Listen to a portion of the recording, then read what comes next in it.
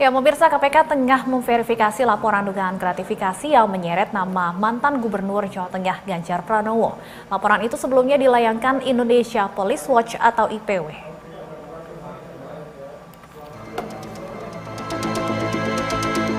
Calon Presiden nomor urut 3 Ganjar Pranowo secara mengejutkan dilaporkan ke Komisi Pemberantasan Korupsi atas dugaan gratifikasi senilai hampir 100 miliar rupiah. Laporan ini dilayangkan Indonesia Police Watch atau IPW. Menanggapi adanya laporan itu, KPK lantas melakukan verifikasi laporan dugaan gratifikasi yang menyeret nama mantan Gubernur Jawa Tengah itu. KPK menyebut verifikasi penting dilakukan untuk mendalami kewenangan KPK dalam laporan tersebut. Kepala Bagian Pemberitaan KPK Ali Fikri belum merinci isi aduan kasus tersebut, namun ia memastikan laporan itu sudah diterima oleh KPK. KPK menjamin semua aduan yang masuk akan ditindaklanjuti sesuai dengan aturan yang berlaku. Saya memang betul ada laporan pengaduan dimaksud diterima oleh KPK dan tentu berikutnya kami segera tindak lanjuti dengan melakukan verifikasi telahan gitu ya.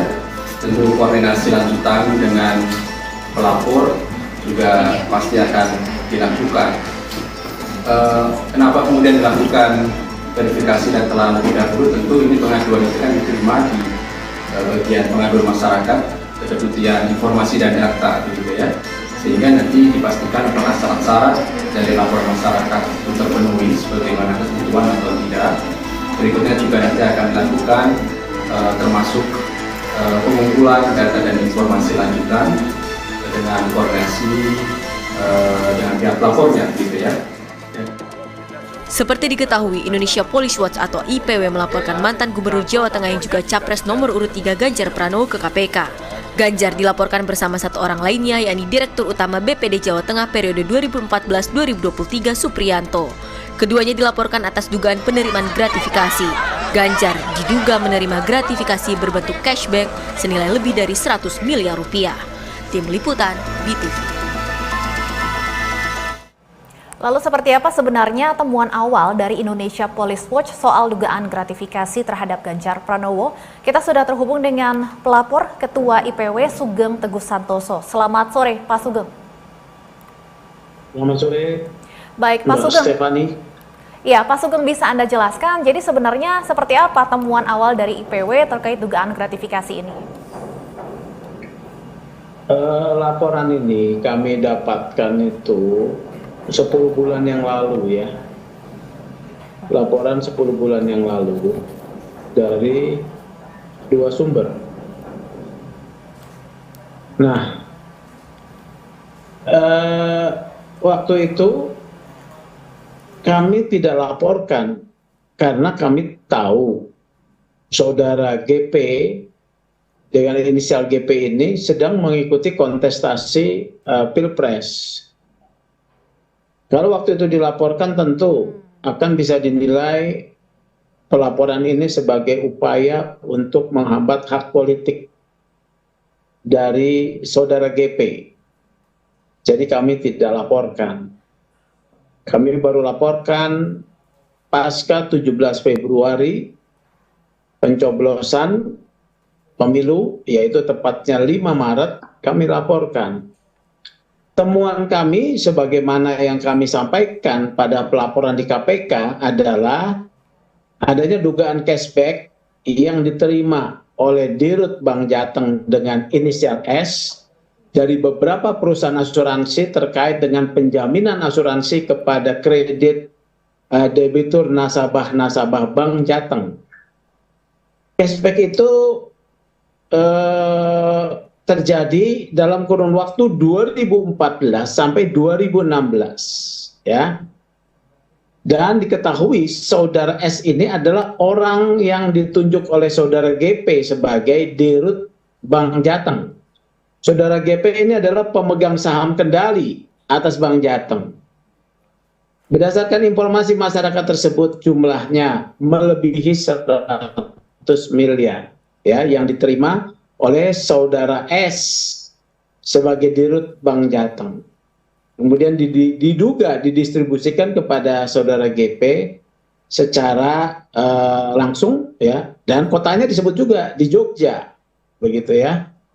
Jadi informasi ini yang kami laporkan sebagai masyarakat merujuk pada ketentuan pasal 41 dan 42 Undang-Undang Tipikor, di mana peran serta masyarakat adalah melakukan pemantauan, pengawalan, dan juga pelaporan apabila adanya dugaan tindak pidana korupsi yang diketahui. Jadi ini kami melakukan fungsi itu, ya. Jadi begitu. Baik, Pak Sugeng, artinya penjelasan Anda di awal tadi sekaligus menjawab tudingan-tudingan miring bahwa pelaporan ini syarat unsur politis. Iya, kalau waktu itu kami laporkan, ya, bukan saat ini, pasti itu 100% tidak bisa dibantah tudingan politik itu, ya. Apalagi ketika hasil real account sementara yang sudah mendekati ya berapa 80% ini ya menunjukkan salah satu paslon di mana ada nama GP di sana itu adalah posisinya paling sedikit mendapat suara ya. Bisa dikatakan bahwa akibat pelaporan tersebut ya. Nah gitu loh. Jadi kami kalau melaporkan sekarang ini menurut kami yang tepat untuk menepis adanya tudingan politisasi politik ya. Menepis itu. Kecuali yang kami laporkan itu adalah dalam quick account ini real account ini orang yang mendapatkan nilai terbesar ya. Itu bisa dibilang menghambat juga. Jadi begitu. Baik, jadi Anda justru sengaja menunggu pemungutan suara selesai baru melaporkan kasus ini. Ya, Pak Sugeng, baik. Lalu apakah sudah ada tindak lanjut dari KPK? Sudah minta keterangan lebih lanjut kepada Anda sebagai pelapor? Kami tentang hal itu, kami kembalikan kewenangan kepada KPK ya. Sebagai anggota masyarakat kan kami hanya menjadi trigger untuk melaporkan siapapun. Mengapa ini menjadi heboh ya? Kan di depan hukum itu semuanya sama. Ini menjadi heboh karena yang dilaporkan adalah tokoh.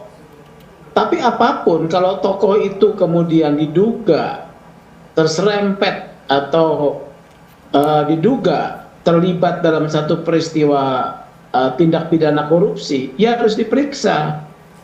Nanti diklarifikasi ya. Nah kami serahkan itu kepada KPK, memverifikasi, mengklarifikasi, kemudian menilai laporan kami ini layak atau tidak ya. Kami serahkan. Jadi ini sesuatu yang as usual saja ya dari satu proses hukum. IPW selalu aksi yang dilakukan adalah aksi hukum, langsung menohok ya pada aksi hukum. Nyaris ya dalam kerja IPW hampir 2 tahun lebih ini saya pimpin, kami melakukan aksi hukum, tidak pernah gembar-gembor ya untuk dalam tanda kutip mengancam pihak-pihak tertentu dilaporkan atau segala macam. Begitu kami dapatkan informasi, kami verifikasi, kami dalami ya, kami memiliki bukti, kami langsung lapor. Tidak verifikasi kepada sasaran yang mau dilaporkan, tidak kemudian kami munculkan di publik sebelum dilaporkan. Kami lapor dulu ya supaya tindakan itu bisa dipertanggungjawabkan, begitu ya. Baik, jadi memang ini bukan pertama kalinya IPW melaporkan kasus dugaan korupsi ke KPK. Betul. Pak Sugeng, tadi Wakil Ketua KPK mengatakan akan meminta klarifikasi juga kepada pihak pelapor. Apakah Anda sudah menerima jadwal klarifikasi atau panggilan dari KPK sejauh ini? Belum ya. Belum ada. Baik, tapi kalau nantinya diminta untuk klarifikasi, apakah Anda sudah menyiapkan bukti-bukti kepada KPK nantinya? Ya tentu saya akan memberikan klarifikasi, informasi yang kami miliki ya, klarifikasi dan informasi yang kami miliki, begitu loh. Seberapa yakin Anda, Pak Sugeng, bukti-bukti yang Anda miliki, temuan awal yang sudah dikantongi IPW ini bisa ditindaklanjuti oleh KPK? Ketika kami laporkan tentu kami punya keyakinan itu ya. Karena tanpa keyakinan itu tentu kami tidak laporkan. Karena kan sudah menjadi sesuatu yang terbuka untuk umum nih. Walaupun saya menyebut dengan inisial GP, ya, kemudian media sendiri yang menyebut kemudian nama. Apalagi ada seseorang yang bernama Ganjar Pranowo yang adalah capres nomor 3 menjawab, ya, menjawab isu tersebut. Padahal yang di launching oleh IPW kan